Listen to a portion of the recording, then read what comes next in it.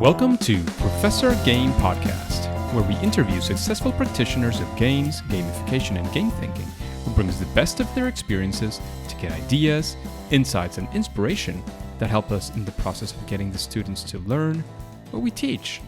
And I'm Rob Alvarez. I teach and work at IE Business School in Madrid, where we create interactive and engaging learning materials. Want to know more? Go to professorgame.com/subscribe, start on our email list, and ask me anything. So engagers, once again, we are back, and this time I think we're in a bit of a rant of, kind of different guests. In a way, we've had quite a few in the past months, more than we did before. I think it's an interesting opportunity to get to see other things going on. And today we have Jennifer, but before we introduce you, Jennifer, are you prepared to engage? Definitely. Let's do it, because Jennifer Eberhardt Smith, is that right? Is that well pronounced? Yes, perfectly. She is the author of Donuts and Dandelions, Finding Your Joy and Growth. The simple philosophy is focusing on two main life goals helps clarify what you truly want in life. And she is the creator of the arts communication app Paint to Me, which is the culmination of a years-long project. She's now focusing on helping others through their life journey, either as a coach or speaker, both one-on-one and in the professional world. And Donuts and Dandelions is part of her work. It also works sort of in like a game, and that's how we got into contact. But Jennifer, is there anything that I'm missing from that intro, or any quick, thing you want to mention before we dive right into the interview? Just that I think to connect the two, the book I wrote is basically about doing what's right for you and seeking your own joy. And for me, the app that I created was a result of a project that I had been working on. So it's kind of like, it's a good idea to take your own advice. And so that's what I did. And in taking my own advice, I realized if I commit to this project and really see it through, I could create something really innovative. And that's what I think I did with Paint to Me. Great. That sounds very, very cool. So, Jennifer, what would you say a regular day for you looks like? Like, what do you do? What does it feel like to be Jennifer on a day like today, yesterday, last week, whatever you want to go through? So I am a mom, and that takes up a certain portion of my time. Today, wake up, get the kids out of the door to school, spend a lot of time sending off emails and returning emails. That's mostly how people communicate nowadays. And then I invest some time doing things like these. The podcast interviews have been a lot of fun, and it's a way to connect with different people in different parts of the world, and different subject matters come up. So you get to be a little more creative on the fly. And then you kind of take the day back to normalcy, get the kids dinner, get them in bed.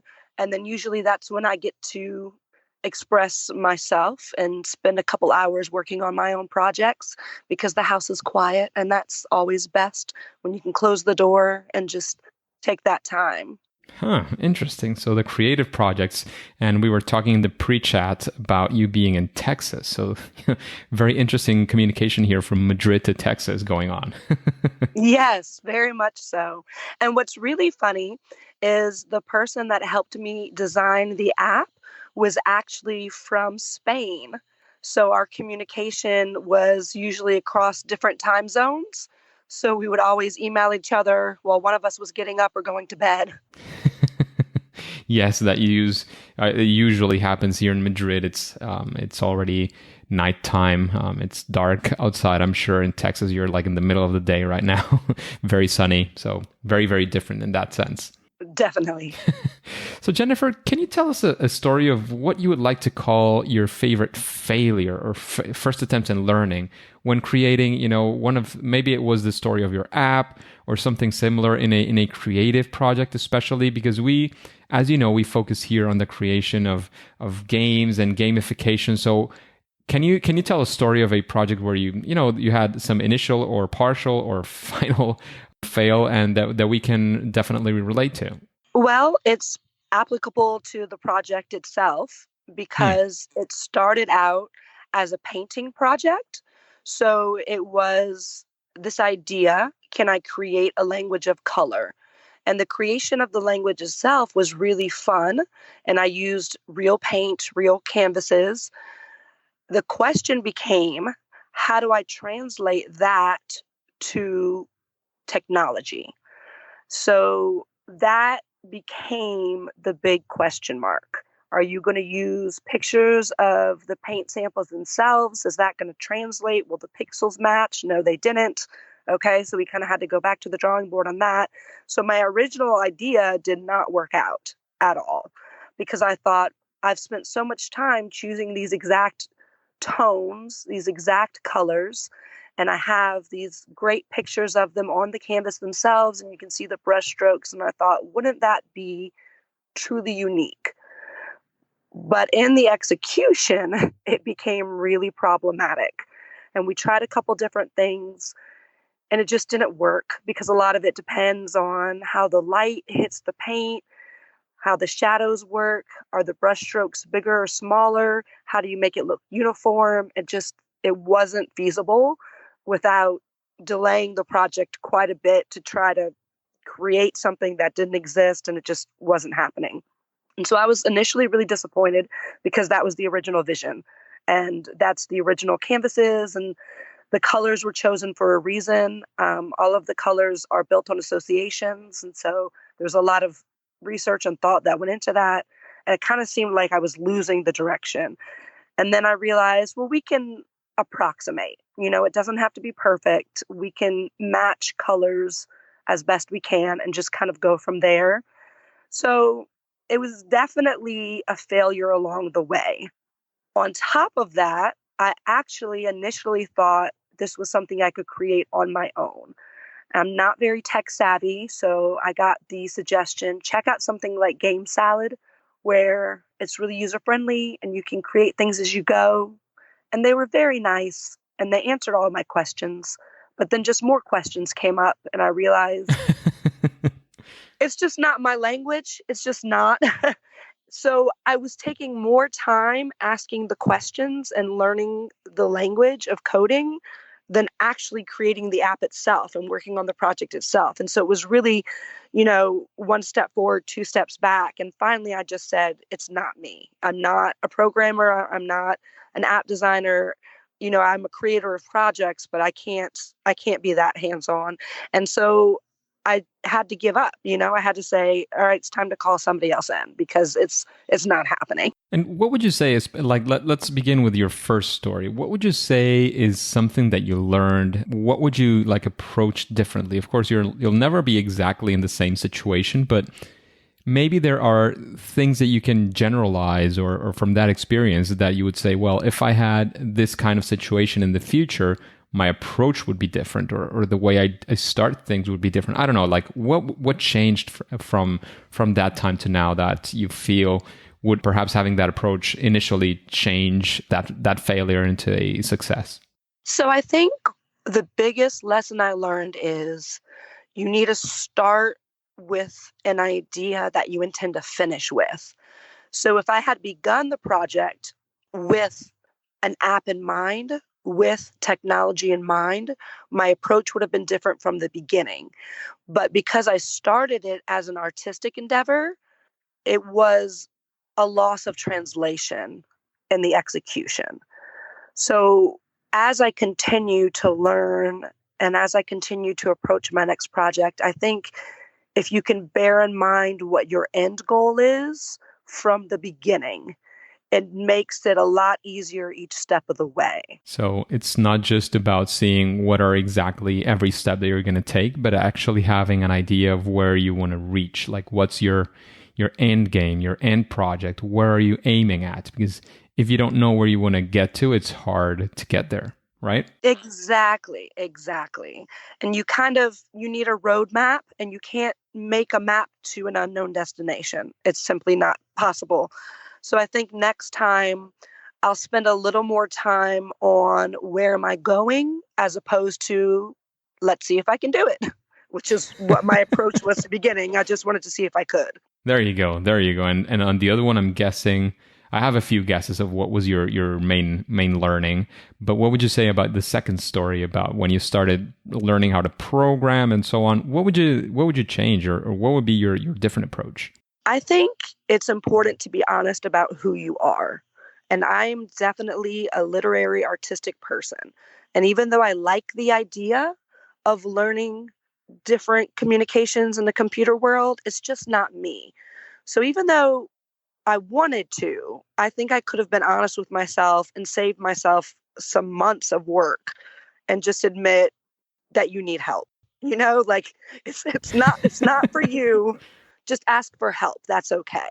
Absolutely. So reaching out for help makes a lot of sense. And the other thing that I would say is it doesn't mean that you cannot learn to program. It just means that for your current like situation and what you were expecting and the timelines you had defined, it was maybe not the moment or not the project to focus on for learning how to program. I mean, you can still learn how to program. Nobody can say no to that, but maybe it was not the right time, or maybe you just didn't want to focus on learning that thing, which could have been like a hobby or a side thing that you had. Or you could just even just ditch it and say, you know what, I don't want to learn this. This is just not my thing. But again, realizing that from the get-go, what's your passion, where you at, and where your abilities and so on, I think is very, very important as well. Oh, definitely. If I would have gone into it with the goal, I'm going to learn how to program, I would have been much more relaxed about it and probably enjoyed the process and gotten good at it. But my goal And was, successful. I mean, you did learn how to yes, program to a certain capacity for sure. right. But my goal was, I want to get this app made, and built into that goal, because there isn't another app like it, I had to explain over and over what I was attempting to do. So there was so many pockets of information that had to be communicated. The programming was just lost in that. So I think if I were to sit down with another mindset, like you said, a little more goal oriented, it wouldn't have been as frustrating. Absolutely, absolutely. And I'm guessing it has to do with this story as well. But would you say that there is, I mean, a story that you can tell us related to actually some challenge that you had that you set forth to overcoming, and you said, well, this is what I'm going to do. And how did you solve it using, again, your creative capacity, your abilities, maybe something related to games? Do you have such a story? I definitely think we all hit roadblocks, and it's a matter of what you do in those moments. For me, mine was finances. When I realized I'm not going to be able to do this myself the way I want it done, everybody quoted me things that weren't feasible at the time. I am a mom. I do have other expenses to consider. And then somebody kind of said, hey, there's this freelancer site where you can go on and you can just describe your project, and people bid on it, and you communicate with different people and see who fits your project and go from there. And so it was a fabulous resource. And I found somebody within my budget who was just as excited about the project as I was. And that's what I was looking for. I don't want somebody who's just going to do the job.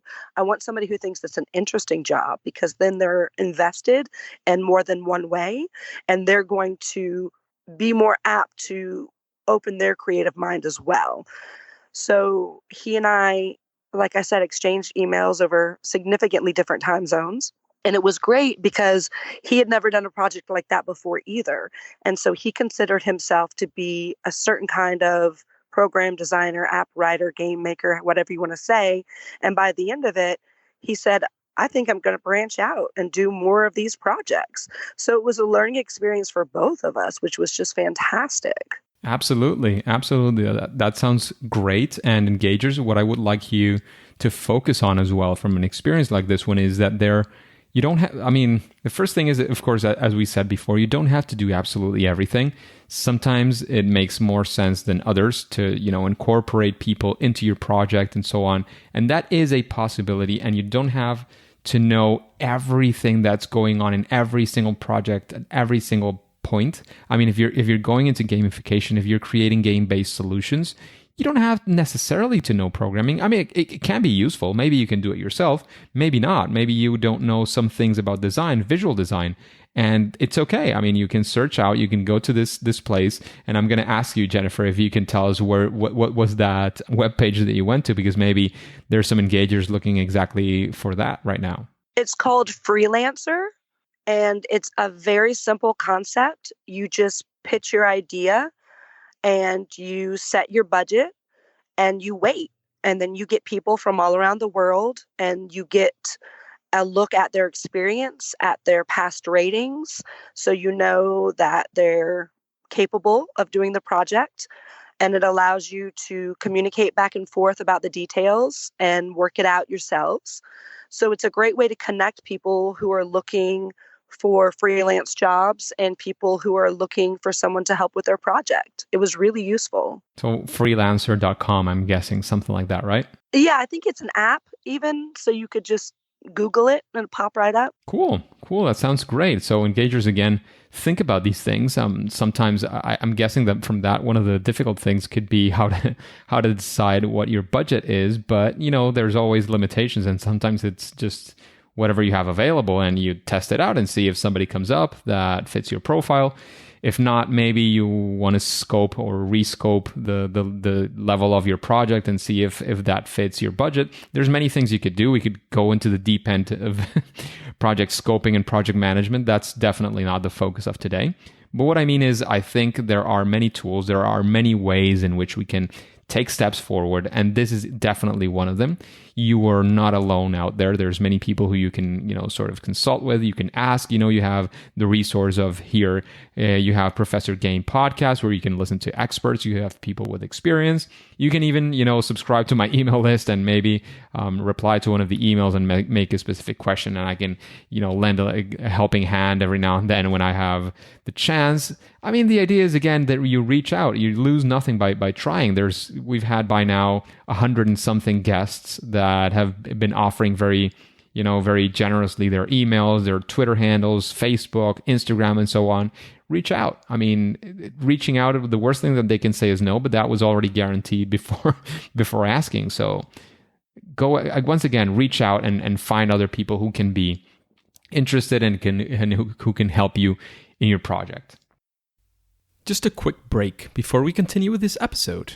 If you've been enjoying this podcast, I would really appreciate if you share it with your friends and family and on social media. On Twitter and Instagram, it's @RobAlvarezB and hashtag ProfessorGame, all one word. And in Facebook, you can find the Professor Game page. Thanks in advance for your engagement. And Jennifer, what would you say is something, that would be like a best practice when you approach these types of projects? Probably from your experience, from what you've done, both in the creative world and now in the app world and in this game. Would you say that there was a conclusion that you draw from that could be like a best practice? Like, well, don't forget to do or to apply these kinds of things, and your project is almost always going to be a lot better thanks to that. I think most importantly, you need to be open-minded to an idea that maybe hadn't occurred to you from the beginning, because you are going to hit roadblocks. There's always going to be something that comes up unexpectedly. And if you stay so focused on, well, this was my original idea, it has to be like this, you're just going to dig your feet in the sand and you're not going to go anywhere.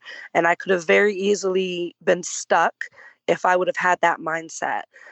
But when you take a minute and consider your other options, when you kind of think outside of the box as far as your expectations go, you're more apt at the end of it to have a project that you're proud of and that you feel is successful, even if it's not exactly what you had in mind. Oh, absolutely. And I'm a computer engineer, so I do some of the terminology as well.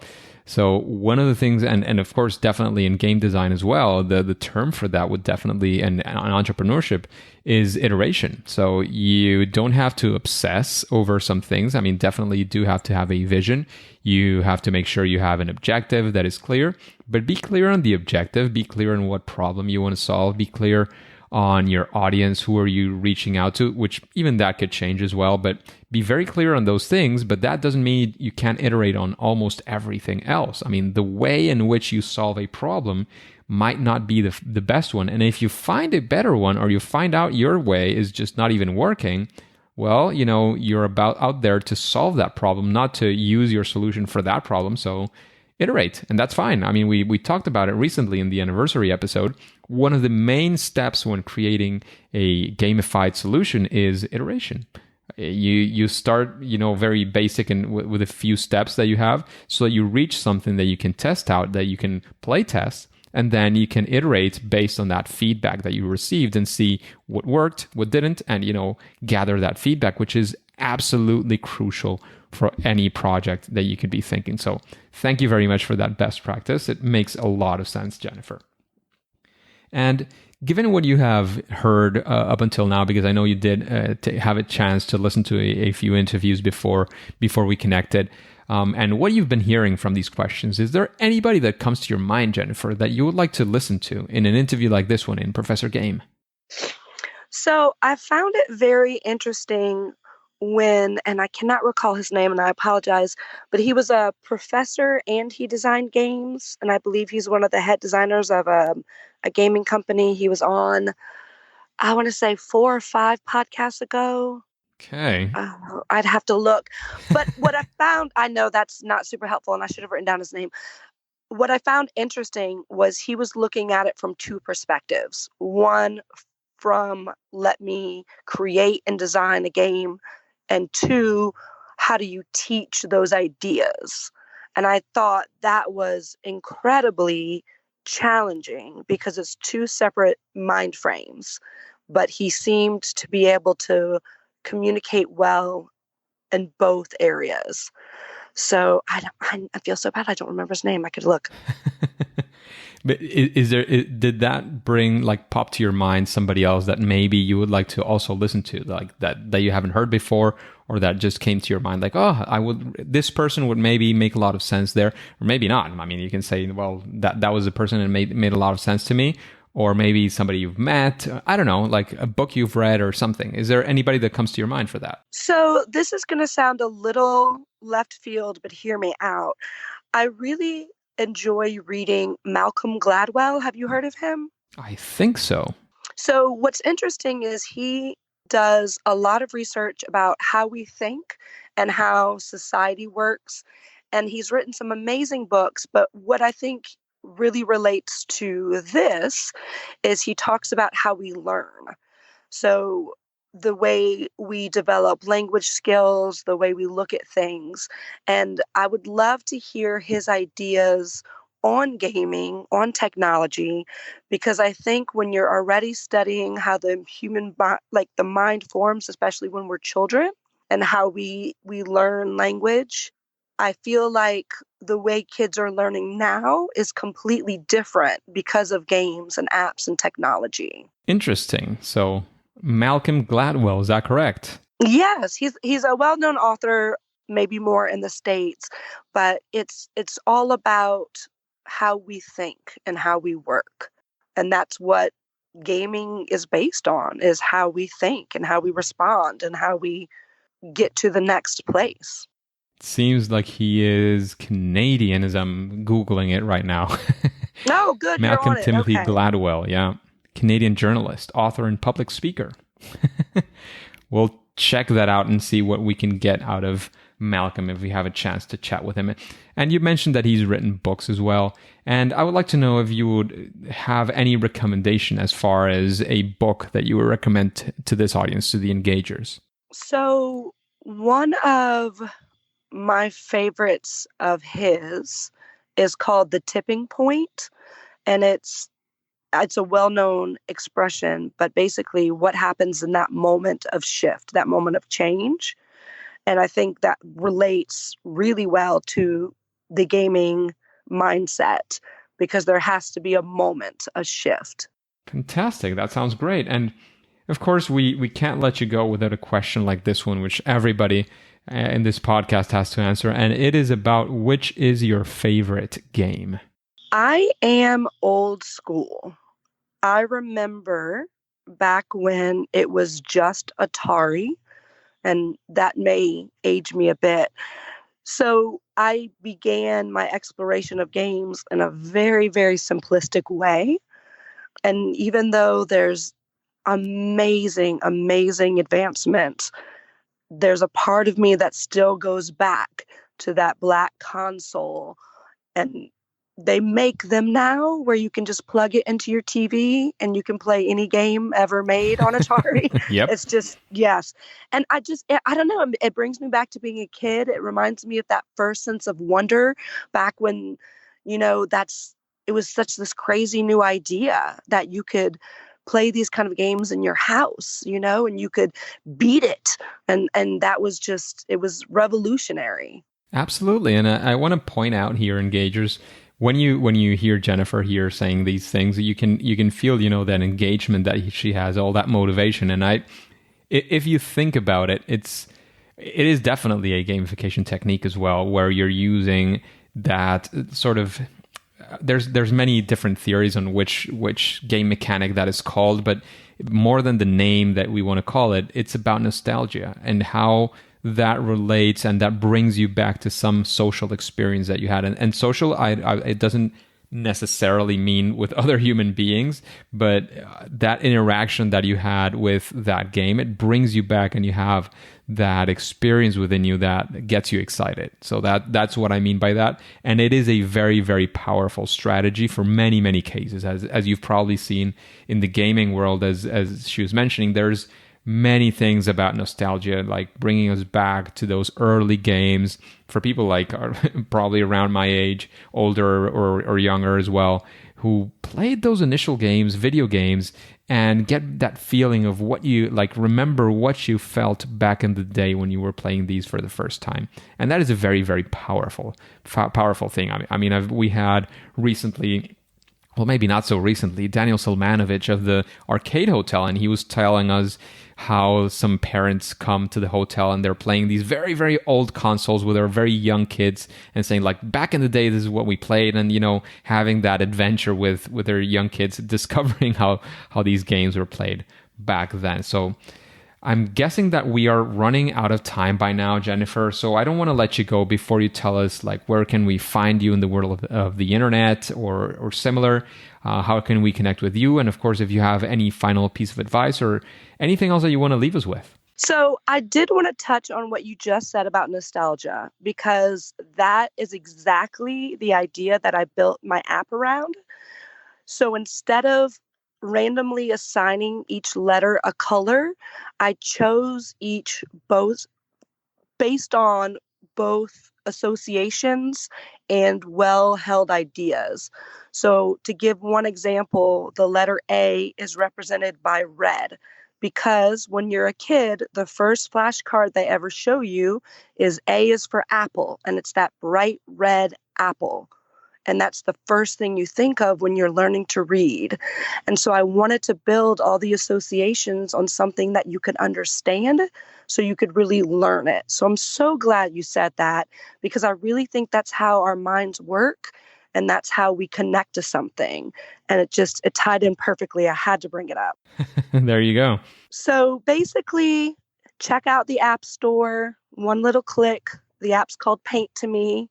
If you want to look into my book, it's on Amazon. You can find me on Facebook, Donuts and Dandelions. It's a very rare name. There's only one. It's just me. It'll be very, very clear. It's me.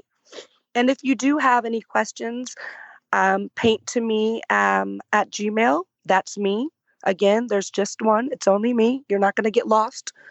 So send me any questions you have or any ideas. And I really hope that people engage with this as a new way to communicate with their friends and a new way to discover how we look at art and how we think about language. There you go.